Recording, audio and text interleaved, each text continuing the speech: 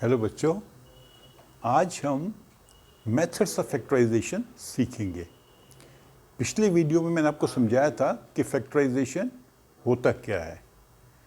तो factorisation basically मतलब है कि किसी भी अलजेब्रिक एक्सप्रेशन को ऐसे रिप्रेजेंट करना कि it becomes a product of two और मोर फैक्टर्स। ठीक है, जैसे हमारे पास अलजेब्रिक एक्सप्रेशन है 2a² तो इसको हम रिप्रेजेंट कर सकते हैं 2 इंटू ए इंटू ए इंटू बी।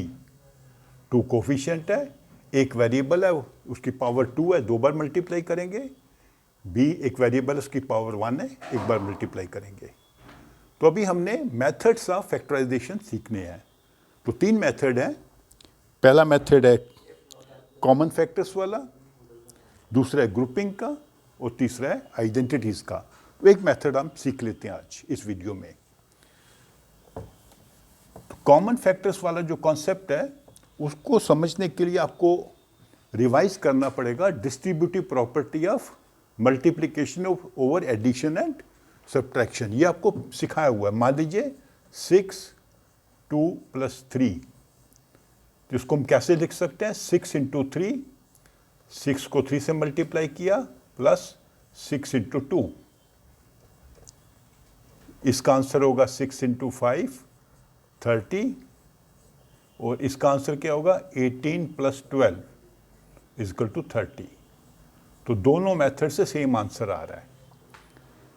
तो इसी प्रॉपर्टी को यूज करेंगे। सब्ट्रैक्शन में भी ऐसा ही होता है। यहीं से मैं समझा देता हूं आपको। मान लीजिए हमने क्या किया हुआ है, 6 इंटू 3 प्लस 6 इंटू 2 को हमने ऐड करना है। ये किसी नंबर का फैक्टराइजेशन है क्योंकि 2 नंबर को मल्टीप्लाई किया हुआ है। ये भी किसी नंबर का फैक्टराइजेशन है क्योंकि 2 नंबर को मल्टीप्लाई किया हुआ है। इन दोनों में कॉमन फैक्टर है 6। ये 6 फैक्टर यहां पर भी है, इस आइटम में भी है और इस आइटम में भी है। तो 6 चूंकि दोनों में इसको हम कहेंगे कॉमन है, तो 6 को हम ब्रैकेट के बाहर ले आएंगे। तो यहां पे बचेगा 3 और यहां बचेगा 2 प्लस। क्यों? क्योंकि ये दोनों टर्म्स ऐड हो रही हैं। तो इस प्रकार हम जो कॉमन फैक्टर निकाल लेते हैं। अब मान लीजिए अलजेब्रिक एक्सप्रेशन लेते हैं हम कोई 2x + 2y। इसको हमने फैक्टराइज करना है। ये एक एक्सप्रेशन है, ये दूसरी एक्सप्रेशन है। It is a product of 2 numbers 2 into x। ये फैक्टराइज हो गया। It is a product of 2 numbers, plus आ जाएगा साइन बीच में 2 इंटू y। ये फैक्टराइज हो गया। दोनों एक्सप्रेशंस को हमने फैक्टराइज कर दिया। अब इसमें कॉमन फैक्टर क्या है? 2। तो 2 को हम बाहर ले आएंगे, अंदर रहेगा x + y। 2 बाहर आ गया, अंदर x गया, 2 बाहर आ गया, y आ गया। तो इसका आंसर होता है ये फैक्टराइजेशन है। क्यों? क्योंकि 2 नंबर को हमने मल्टीप्लाई किया हुआ है। एक नंबर है 2 और दूसरा है x + y। x + y एक टर्म है, वो दोनों को मल्टीप्लाई किया हुआ है क्योंकि इसका मतलब होता है मल्टीप्लाई करना। हम साइन नहीं बनाते पर मतलब होता है मल्टीप्लाई करना। एक और ले लेते हैं क्वेश्चन। a² b + ab²। तो 2 एक्सप्रेशंस को हमने ऐड किया हुआ है। इसको हम फैक्टराइज करेंगे। a² का मतलब क्या होता है? a इंटू ए और इंटू बी। a² मतलब a into b plus b. ये प्लस आ गया। इसको करेंगे a into b into b. इसके 3 फैक्टर बने a b b b b। क्यों? Because it is b²। यहां पे a² था, a इंटू ए। तो अभी देखिए, इसमें a कॉमन है, इसमें भी a कॉमन है, b कॉमन है और b कॉमन है। दोनों एक्सप्रेशंस में एक फैक्टर ए दूसरा बी, ये कॉमन है, तो a इंटू बी को हमने बाहर ले आए, यहाँ पे बचा ये a प्लस ये, क्योंकि प्लस कर रहे हैं दोनों को, ये b बचा, इसको हम बाहर ले आए, इसको बाहर ले आए, ब्रैकेट के बाहर ले आए। क्यों? Because these are common factors, ये दोनों एक्सप्रेशंस में अपीयर हो रहे हैं। तो ये आंसर बनेगा a इंटू बी। हम लिखते नहीं, हम सिंपल लिखते हैं A B into A plus B. इसको जब हमने फैक्टराइज किया, इसमें से कॉमन हमें नंबर मिला a और b। ठीक है, ऐसे हम जो है कॉमन नंबर निकाल के हम किसी भी नंबर को फैक्टराइज कर सकते हैं, किसी भी एक्सप्रेशन को फैक्टराइज कर सकते हैं। एक और करके देख लेते हैं।